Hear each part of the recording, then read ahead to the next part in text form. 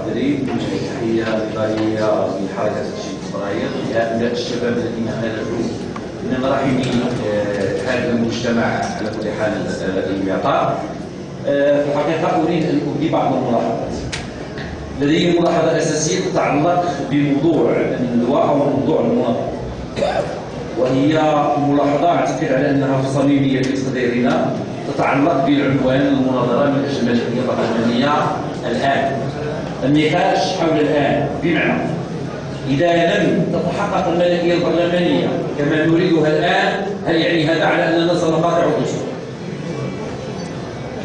بمعنى أنه هذه المناظرة تحيلنا ضمنيا على إيجاب مسبق، يا إما ملكية برلمانية بالشكل الذي نرتضيه كمكونات، وإما يجب أن نقاطع، بمعنى أنه الخلاصة الأساسية لهذه المناظرة يجب أن تسير حسب العنوان في هذا الصيغة.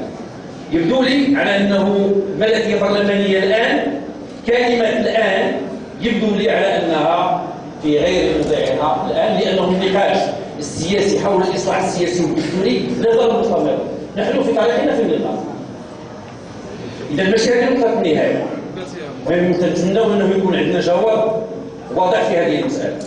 نحن نريد أن نناضل من أجل دستور يضمن انتقال ديمقراطي حقيقي غير مزيف مبني على أصول ومعروفة لن أعيد التكرار فيها، أساسها أن تضمن مجتمعا للمواطنين لا مجتمع الرعاية. الجانب الثاني الذي أريد أن أؤكد عليه أيها الأخوة والأخوات، معركتنا في